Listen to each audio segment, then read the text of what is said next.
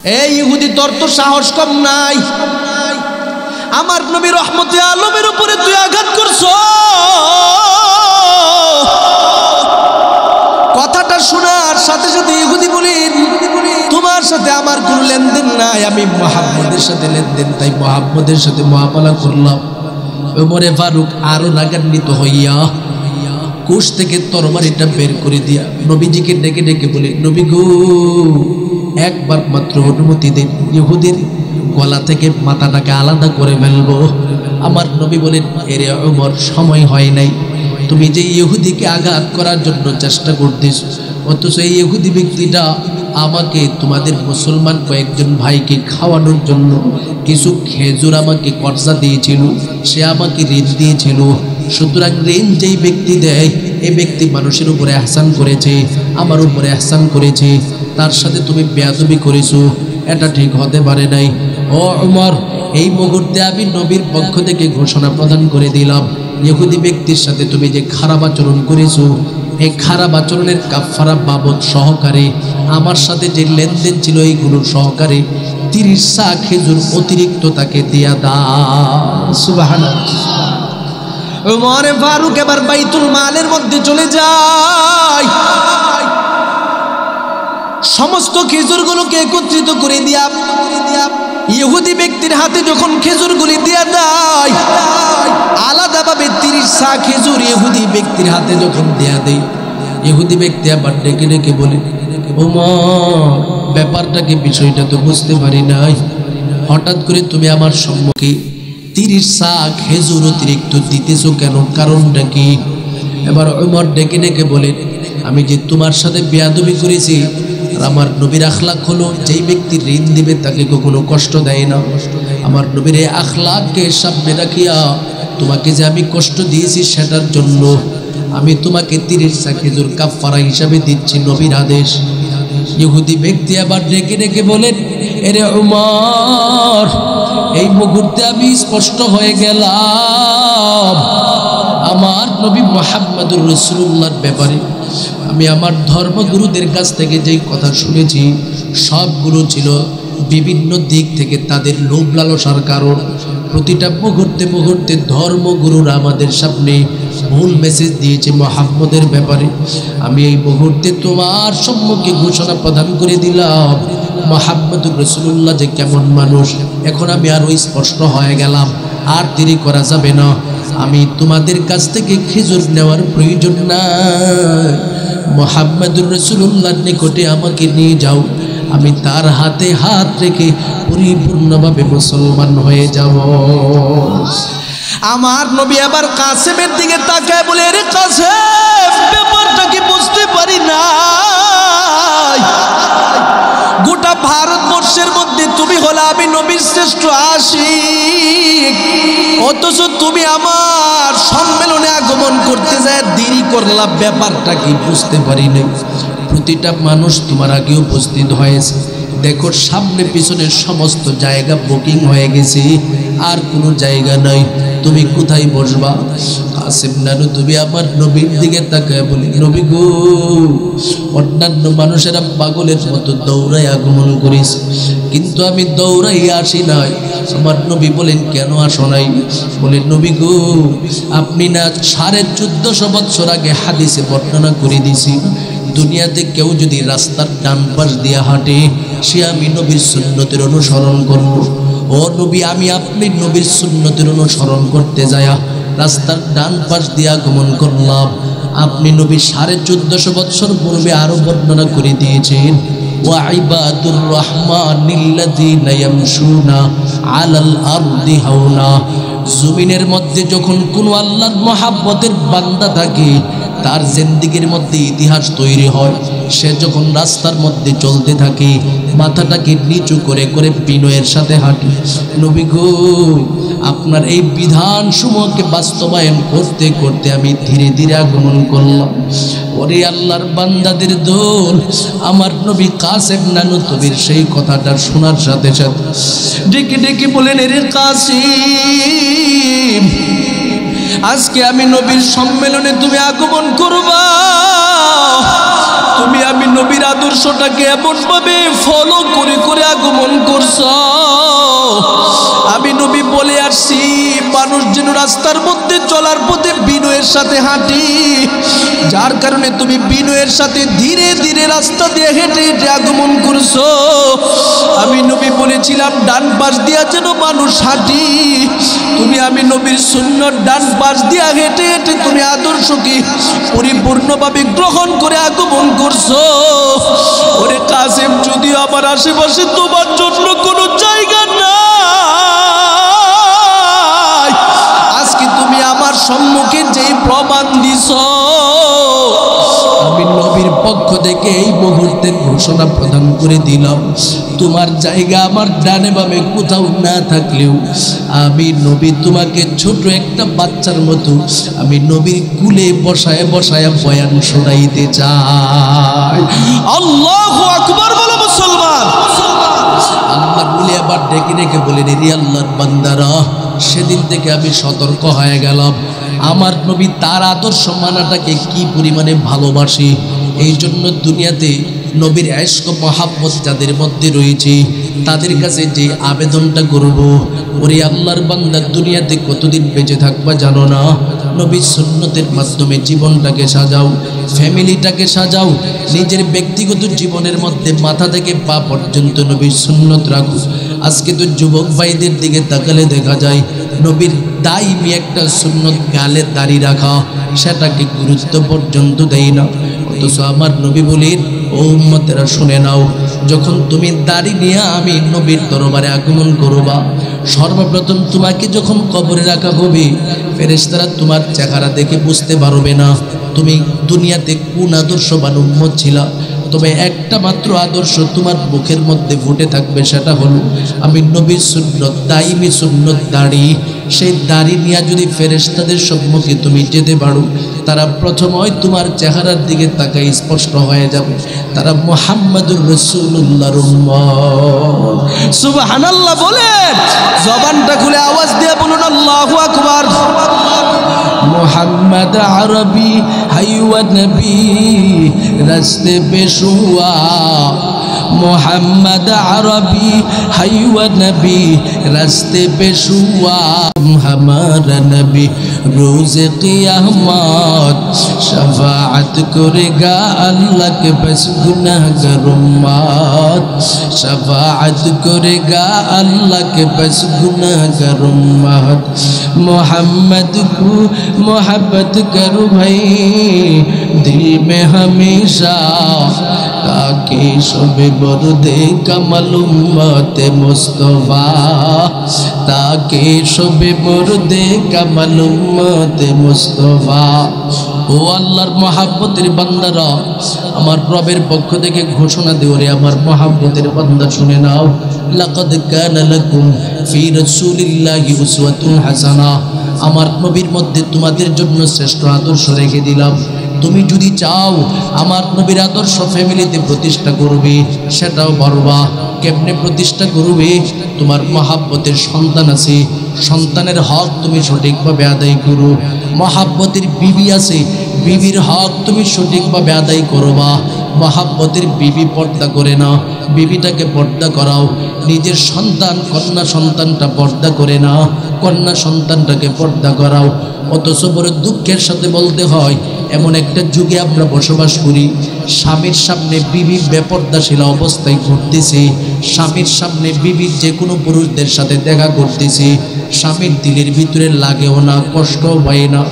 নিজের কন্যা সন্তানের সামনে, নিজের কন্যা সন্তান মহাব্বতের বাবার সামনে বেপর্দায় ঘুরতেছে, কাপড় ঠিক নাই, জামা কাপড় ঠিক নাই, যেভাবে মনে চাই সেভাবে চলতেছে, বয়ফ্রেন্ডের সাথে ঘুরতেছে, বিভিন্ন জায়গায় সময় কাটাইতেছে, বাবার কোনো খবর নাই। ওরে আল্লাহর বান্দাদের দলেরা, আমার রবের পক্ষ থেকে আমাদেরকে স্পষ্ট ঘোষণা, নবী গো, দুনিয়ার প্রতিটা মানুষের সম্মুখে আপনি সতর্কবাণী দিয়ে দেন। আমি আল্লাহর পক্ষ থেকে স্পষ্ট করে দেয়, আপনি সতর্ক করে দেন। আলা কুল্লুকুম রাঈন ওয়া কুল্লুকুম মাসউলুন আন রাইয়াতিহি। মুমিন রে, তোমরা যারা পুরুষ আছো সবাই কিন্তু বিভিন্ন জায়গায় দায়িত্বশীলের অন্তর্ভুক্ত। সন্তান জন্ম দিয়েছো, সন্তানের দায়িত্ব তোমার হাতে। বিবিরে তুমি বিয়া করে বাড়িতে আনছো, বিবির দায়িত্ব তোমার হাতে। তোমার বিবি তার জীবন কিভাবে পরিচালনা করেছে, তোমার কন্যা সন্তান তার জীবন কিভাবে পরিচালনা করেছে, প্রতিটার বিষয়ে তুমি আমি আল্লাহর কাছে জবাব দিতে হবে। একটা কায়েক সামনে আগানোর মতো কোনো ক্ষমতা নাই। অথচ আমার মা বোনেরাও বুঝে না, তাদের জীবনটাকে কিভাবে চালাতে হবে রে গোলাম, সেই বিষয়টা বুঝে না, জানে না, বলে স্বামীকে আমার রবের কাছে আসামি বানাই। কথা কর ঠিক কিনা? স্বামীটাকে আমার রবের দরবারে আসামি বানাই। মা বোনেরা জানে না তাদের জন্য আমার আল্লাহ পাক কত মায়া করে জমিনের মধ্যে কয়েকটা বিধান মাত্র দিয়ে দিস। আমার নবী বলে দেয়, ও দুনিয়ার সমস্ত আমার মহাব্বতের উম্মত মহিলাদের দলেরা, তোমাদের জন্য আমি নবীজি সুবর্ণ সুযোগ দিয়ে দিলাম। জিন্দেগির মধ্যে 4টা বিধান প্রতিষ্ঠা করবা। আমি নবী ঘোষণা দিয়ে দিলাম, জান্নাতের প্রতিটা দরওয়াজা তোমাদেরকে যাওয়ার জন্য ডাকতে থাকবে। সুবহানাল্লাহ। মহিলাদেরকে বলতেছে, আমি মা বোনদের কাছে এই নসিহতটা করতেছি। মা বোনরা আছে না আশেপাশে? পুরুষেরাও যারা আছেন বয়ানটা শুনে রাখবেন, নবীর আদর্শ মোতাবেক বয়ানটা শুনে স্ত্রীদেরকে শোনায় দিবেন। মাত্র 4টা গুণ মহিলাদের মধ্যে থাকতে হবে। আমার নবী বলেন, আল মারআতু ইযা সাল্লাত খামসাহা ওয়া সামাত শাহরাহা ওয়া হাফিজাত ফারজাহা ওয়া আতাআত বালাহা ফালতাদখুল মিন আই আবওয়াবিল জান্নাহ শাআত। আমার নবী ঘোষণা প্রদান করে দেয়, জমিনে যদি কোনো একটা মহিলা 5 ওয়াক্তের নামাজ পরিপূর্ণভাবে ধরে, যখন আজান হয় নিজেকে নামাজের জন্য প্রস্তুত বানায়, ঘরের একটা কর্নারের মধ্যে বসে বসে নামাজটাকে সে পরিপূর্ণ করে ফেলে। 2 নম্বরে ওয়াসামাত শাহরাহা, আল্লাহর বান্দিটা যদি রমজানুল মুবারক আগমন করে পরিপূর্ণভাবে রোজা রাখে। 3 নম্বর ওয়াহাফিজাত ফারজাহা, নিজের সতীত্বকে হেফাজত করবে, ঘরের ভিতরে বসে বসে বসে বসে পর্দাশীলতার জীবনে থাকবে। ওয়াকারনা ফি বুয়ুতিকুন্না ওয়ালা তাবাররাজনা তাবাররুজাল জাহিলিয়াতিল উলা। আমার রব ঘোষণা প্রদান করে দেয়, ও আমার মহাব্বতের বান্দিরা, তোমাদের জন্য সর্বোত্তম জায়গা হলো ঘরের ভিতরে। যেখানে সেখানে উলট পুলট ঘোরাফেরা করবা, সেটা তোমাদের জন্য সম্মানজনক নাই। তবে যেখানে সেখানে তুমি যেতে পারবা। তুমি যদি চাও বাজারে যেতে চাও, তুমি যদি চাও ডাক্তারের কাছে যেতে, প্রতিটা বিষয়ের প্রতি তোমার জন্য সহজ রাস্তা দিয়ে দিলাম।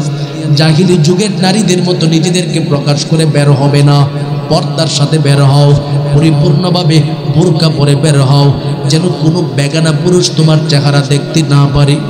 4 নম্বরে আমার নবী বলেন, ওয়া আতাআত বালাহা, জমিনে যদি কোনো একটা নারী আল্লাহর মহাব্বতের বান্দা, তার কলিজার টুকরা স্বামীর অনুগত হয়ে যায়, স্বামীর কথা শুনে স্বামী যেভাবে বলবে সেভাবে তার জীবনটাকে পরিচালনা করবে, আমার নবী বলেন, এই 4টা গুণ যেই সমস্ত নারীর মধ্যে থাকবে, ফালতাদখুল মিন আইয়ি আবওয়াবিল জান্নাহ শাআত।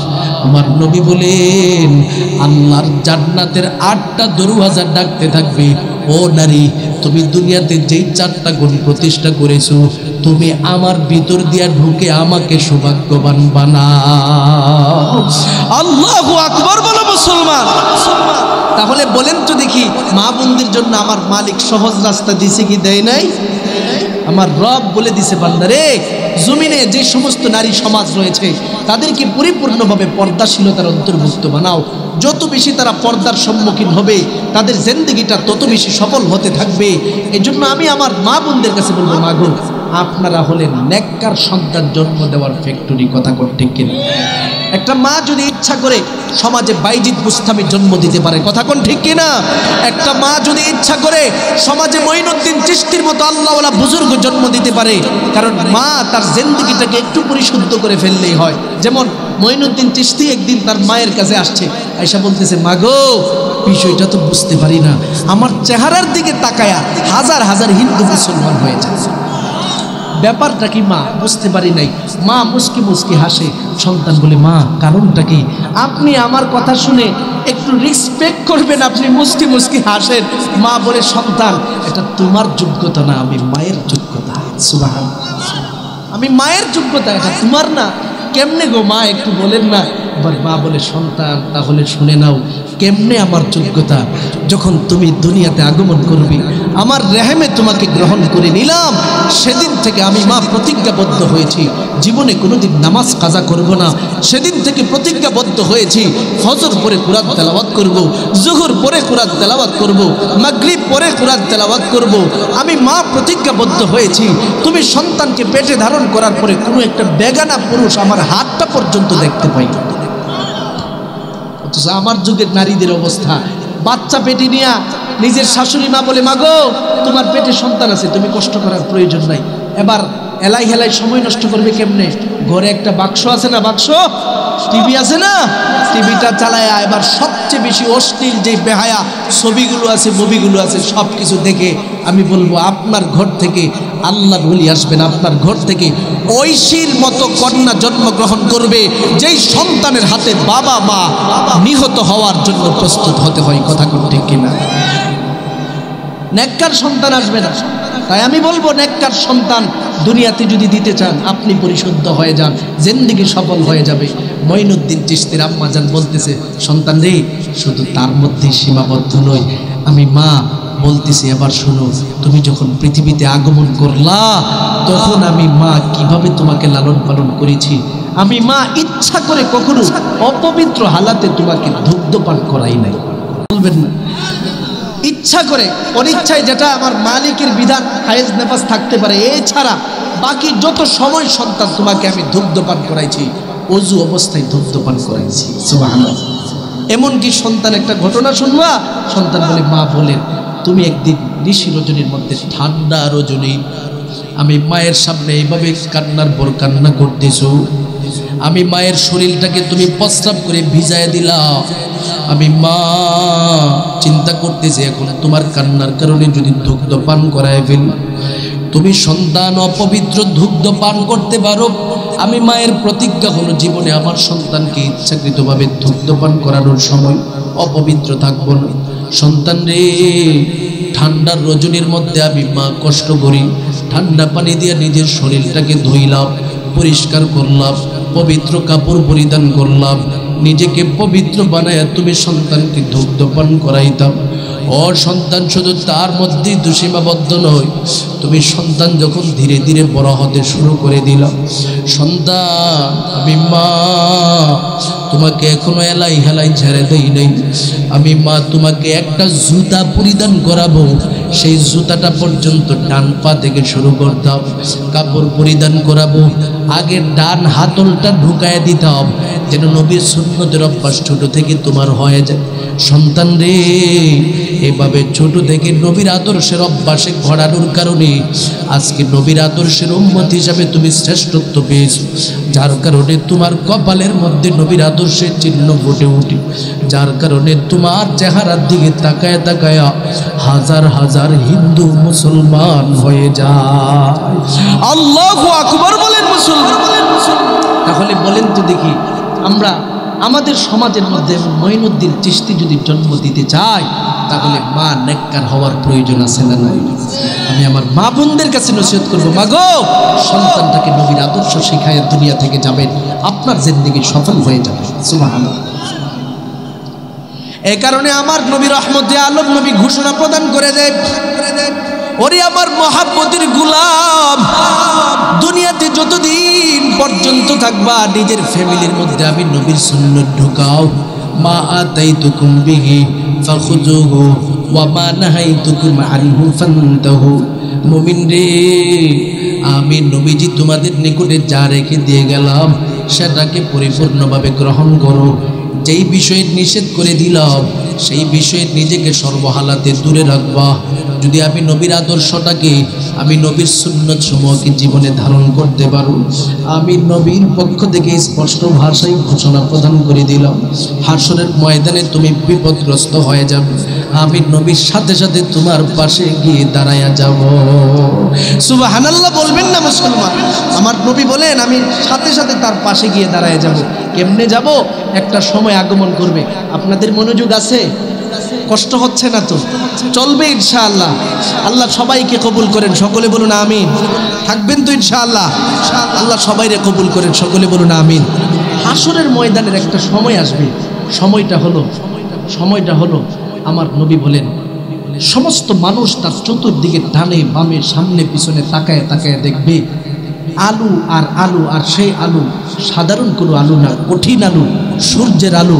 সূর্যটাও সাধারণ কোনো কাছের সূর্য না, তার মাথার অর্ধহাত উপরের সূর্য। সুবহানাল্লাহ বলবেন। প্রতিটা মানুষ কম্পিত অবস্থায় কাঁদতে থাকবে। হঠাৎ করে আমার রব একটা জোরে আওয়াজ দিবে। আওয়াজটা কেমন হবে?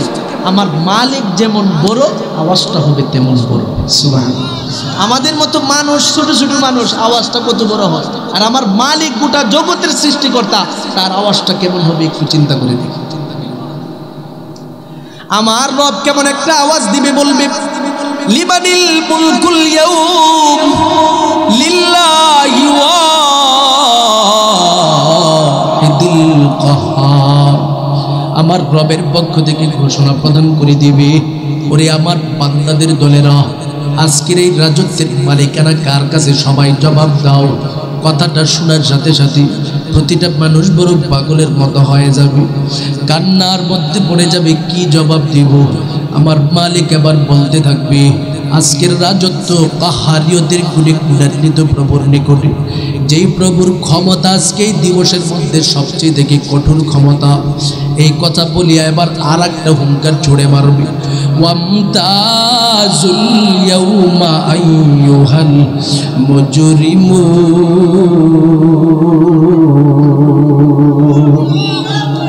আমার রবের পক্ষ থেকে ঘোষণা প্রদান করবে, ওরে সমস্ত গুনাহগারের দল, এই মুহূর্তে আমি মালিকের যত নেককার বান্দা সমূহ রয়েছে সবার কাছ থেকে আলাদা হয়ে যাও, আর মুহূর্তের জন্য তোমরা এখানে থাকতে পারবে না। আমার মালিক যখন কঠোর ভাষায় একটা ধমকি মারবে, সাথে সাথে প্রতিটা নেককার মানুষ বড় পাগলের মতো হয়ে যাবে। চিৎকার মারিয়া এবার ডেকে ডেকে বলবে, ওগো দয়ার আল্লাহ, যাব কোথায়? যাওয়ার মতো তো কোনো পথ নাই। নবী বলেন শুধু সাধারণ নেককার মানুষেরাই কান্না করবেন, নবীরা পর্যন্ত পাগলের মতো হয়ে যাবে। কেমন পাগল হয়ে যাবে? সমস্ত উম্মতেরা পাগলের মতো সেই সমস্ত নবীদের নিকটে যাবে, গিয়া দেখবে আদম নবী নাফসি নাফসির মধ্যে রয়েছে, নূহ নবী নাফসি নাফসির মধ্যে রয়েছে, মুসা কালিমুল্লাহ নাফসি নাফসি বলার মধ্যে রয়েছে, ইব্রাহিম খলিলুল্লাহ নাফসি নাফসি বলার মধ্যে রয়েছে।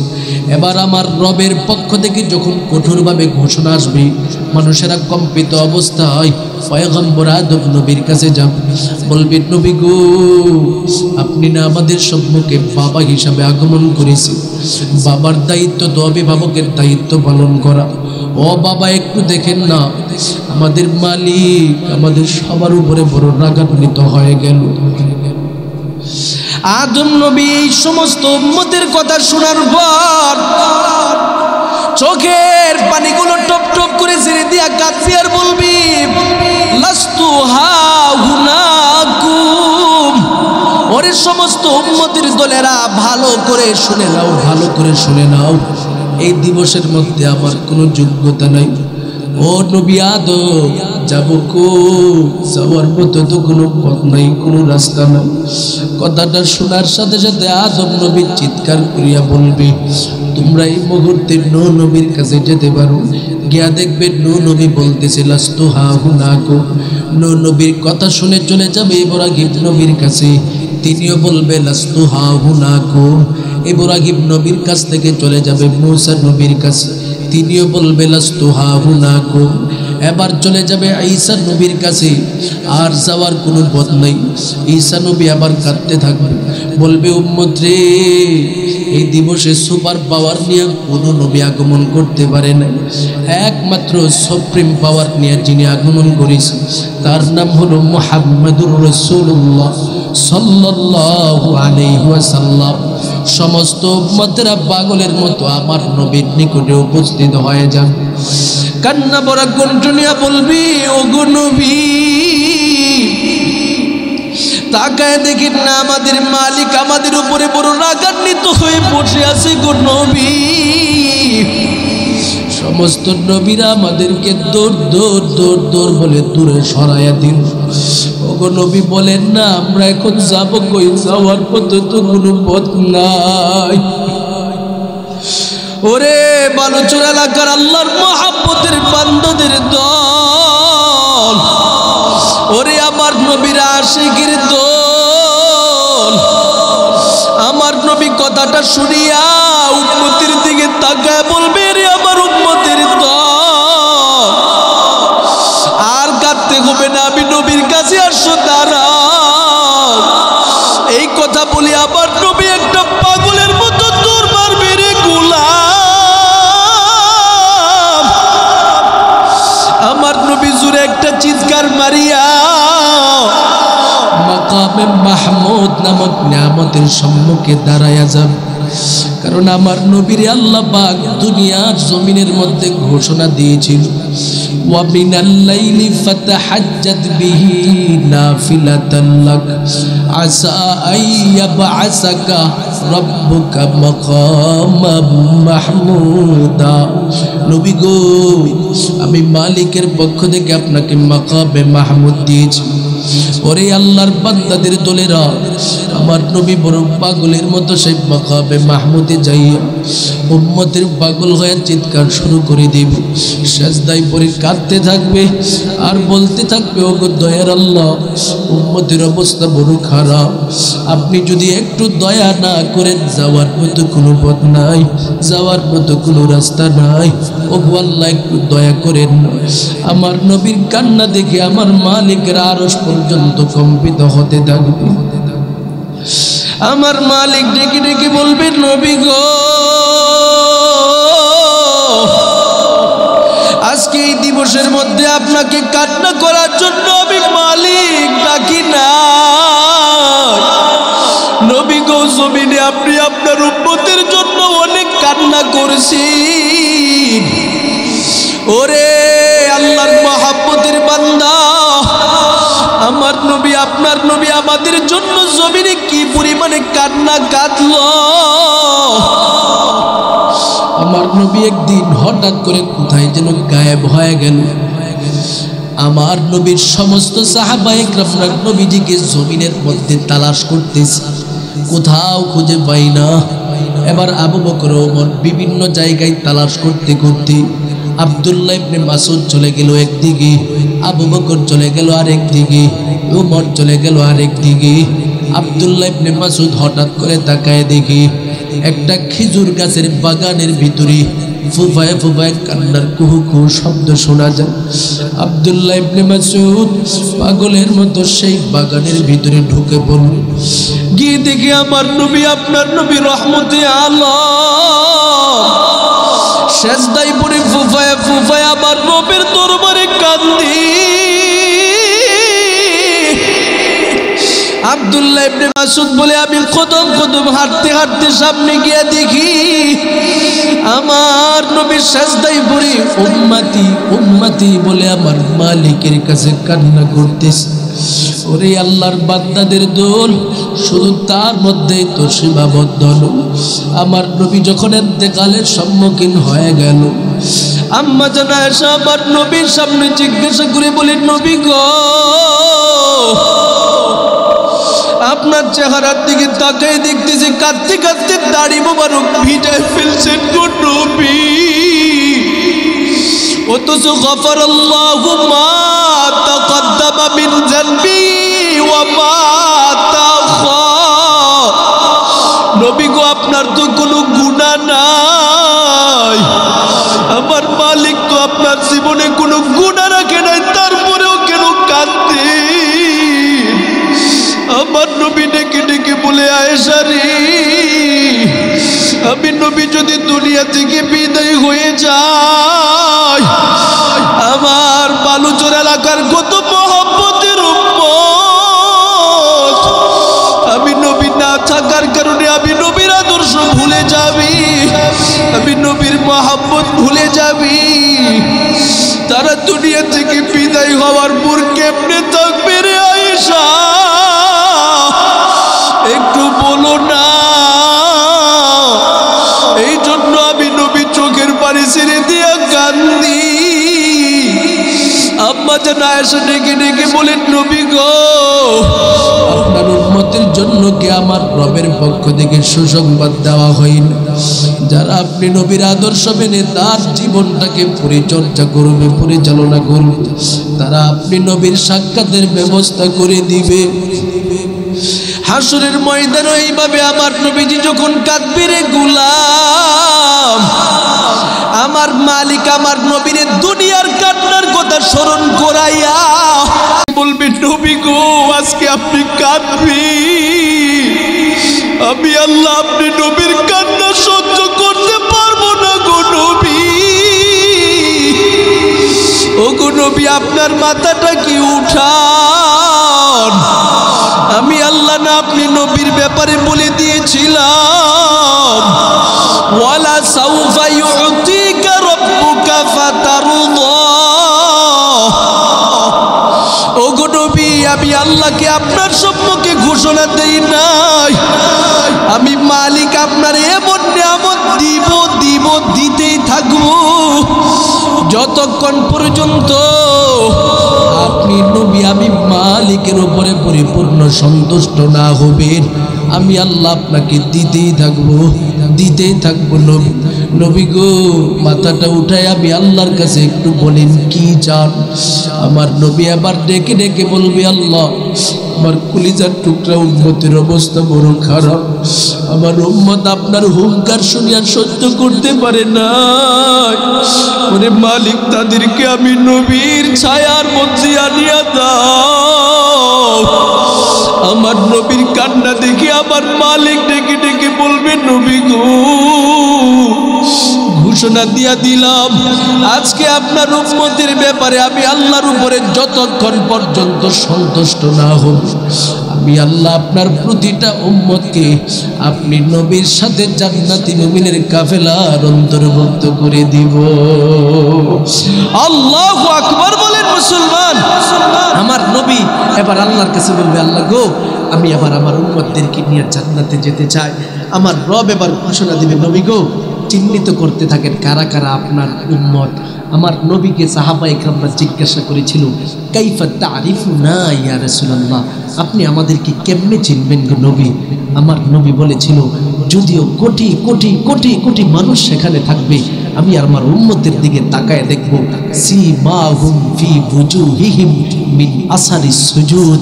আমার মালিকের কুদরতি কদমের মধ্যে সাজদা দিতে দিতে তাদের কপালে সাজদার চিহ্ন চলে আসছিল, আর সেই সাজদার চিহ্ন থেকে আমি নূরের আলো ঝলমল করতে দেখব, তাদেরকে চিহ্নিত করে করে জান্নাতি মুমিনের কাফেলার অন্তর্ভুক্ত করে নেব। তাহলে বলেন তো দেখি, আমার রবের সামনে যদি সাজদা না দেয়, নবীর সামনে যাওয়ার সুযোগ আসেনি? অথচ কত নামাজের সময় চলে যায়, ফজর যায়, জোহর যায়, আসর যায়, মাগরিব যায়, ঈশা যায়, নামাজ যায়, কিন্তু আমি নামাজে আসি না। কথা কোন ঠিক কিনা? কেমনে নবীর কাছে উম্মতের পরিচয় দিবেন একটু জিজ্ঞাসা করেন। আমার নবী তো বলছেন, হাসরের ময়দানে কঠিন কঠিন কিছু জায়গা আছে, প্রতিটা জায়গায় আমার মহাব্বতের উম্মতদেরকে আমি চিহ্নিত করে করে ভালোবাসা দিতে পারবো। এর মধ্যে প্রধান জায়গা হলো হাসর, আর একটা জায়গা হলো হাউজে কাউসারের জায়গা। ওই জায়গাটাও বড় বরকতপূর্ণ জায়গা। মানুষ পানির পিপাসার্ত হয়ে যখন আমার নবীর সামনে যাবে, আমার নবী বলেন, আমি তাদেরকে পানি পান করাইয়া দিব। উম্মতেরা জিজ্ঞাসা করলো, যেমন সাহাবা ইকরামরা বলতেছিল, ইয়া রাসূলুল্লাহ, হাউজে কাউসার যে আপনার আল্লাহর পক্ষ থেকে দেওয়া হয়েছে, এই ব্যাপারে আপনি একটু আমাদের সামনে বলেন।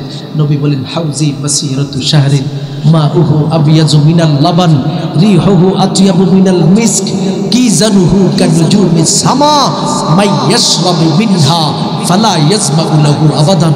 আমার নবী বলেন, উম্মত রে, আমি নবী যখন মেরাজের রজনীতে আমার রবের সাথে সাক্ষাতে গিয়েছিলাম, সেখানে গিয়ে দেখেছিলাম আমাকে যে হাউসটা দিয়েছে, হাউসের প্রশস্ততা হলো 1 মাসের দূরত্ব পরিমাণ। 2 নাম্বার, তার আরেকটা গুণ হলো মাউহু আবিয়াজু মিনাল লাবান, তার মধ্যে যে পানি থাকবে দুধের মতো সাদা। রিহুহু আতয়াবু মিনাল মিস্ক, তার মধ্যে যে ঘ্রাণ থাকবে মেশকে আম্বরের চাই থেকে উত্তম ঘ্রাণ। কি জানুহু কানুজুমিস সামা, আকাশের তারকাসমূহ যেমন গণনা করে শেষ করা যায় না, আমার পানির পাত্রসমূহকে গণনা করে শেষ করা যাবে না। মাই ইয়াশরাবু মিনহা ফালা ইয়াজবাহু লাহু আবাদান, আমার মহাব্বতের কোনো একটা উম্মতকে যদি একবার একটা গ্লাস পানি পান করায় দেয় আর জীবনে কখনো পানির পিপাসা আগমন করবে না।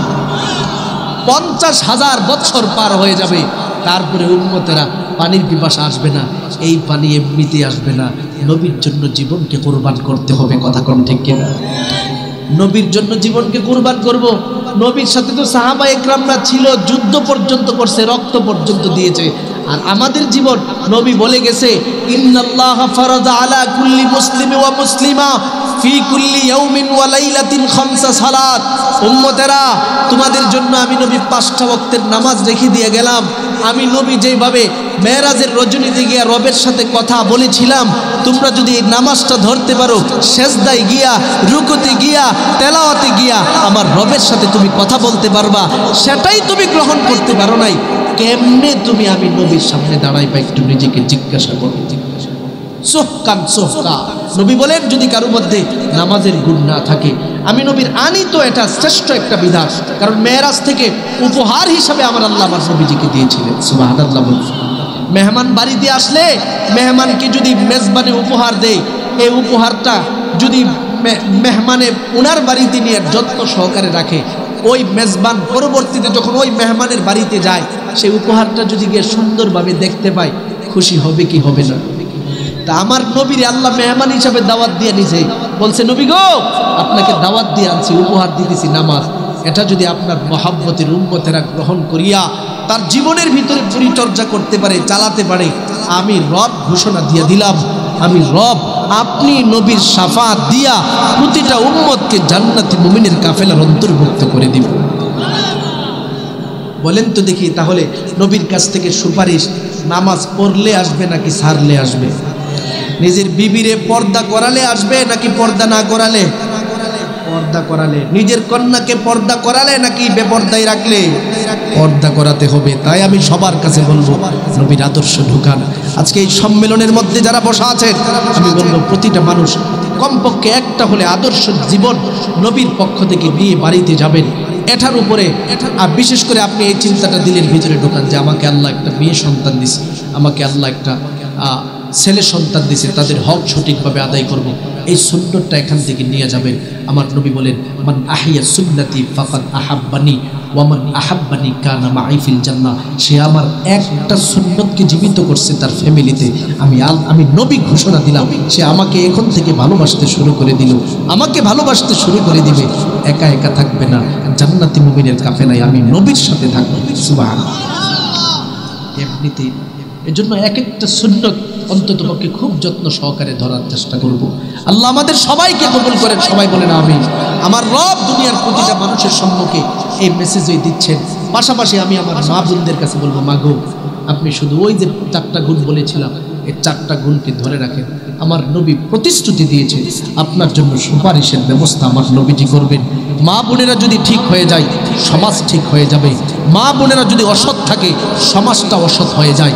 তাই আমি আমার মা বোনদেরকে বলবো, বিশেষ করে আমরা যখন বিভিন্ন দিনী পরিবেশের এলাকায় যাই, যেমন ভুলা এলাকায় যাই, ভুলা একটা এলাকা আছে, একটা জেলা আছে, ওই জেলার মানুষেরা অত্যন্ত ভালো এবং দিনী পরিবেশে থাকতে তারা পছন্দ করে।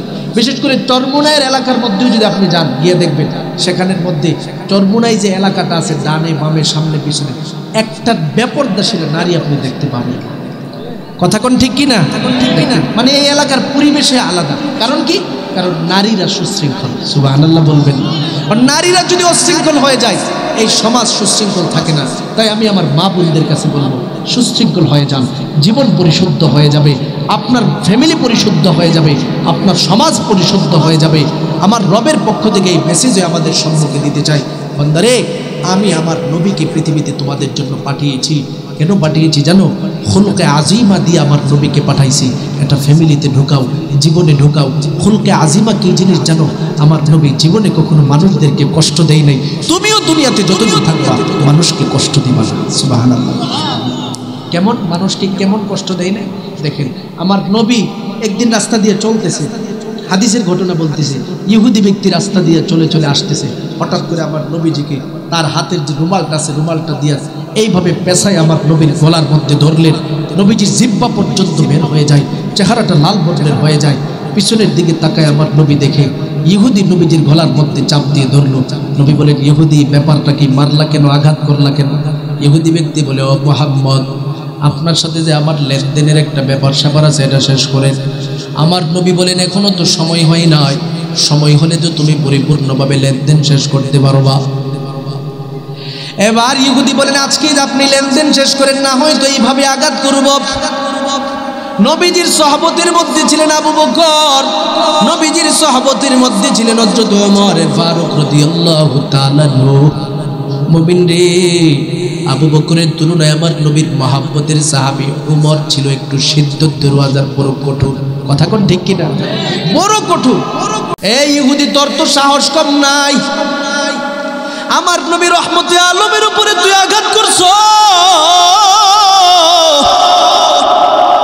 কথাটা শোনার সাথে সাথে ইহুদি বলেন, তোমার সাথে আমার কোনো লেনদেন নাই, আমি মুহাম্মদের সাথে লেনদেন, তাই মুহাম্মদের সাথে মুআমালা করলাম। ওমরে ফারুক আরো রাগান্বিত হইয়া কোষ থেকে তরবারিটা বের করে দিয়া নবীজিকে ডেকে ডেকে বলে, নবী গো, একবার মাত্র অনুমতি দেন, ইহুদির গলা থেকে মাথাটাকে আলাদা করে ফেলবো। আমার নবী বলেন, এরে ওমর, সময় হয় নাই, তুমি যে ইহুদিকে আঘাত করার জন্য চেষ্টা করতেছ, অথচ এই ইহুদি ব্যক্তিটা আমাকে, তোমাদের মুসলমান কয়েকজন ভাইকে খাওয়ানোর জন্য কিছু খেজুর আমাকে কর্জা দিয়েছিল, সে আমাকে ঋণ দিয়েছিল। সুতরাং ঋণ যেই ব্যক্তি দেয়, এই ব্যক্তি মানুষের উপরে ইহসান করেছে, আমার উপরে ইহসান করেছে, তার সাথে তুমি বেয়াদবি করেছো, এটা ঠিক হতে পারে নাই।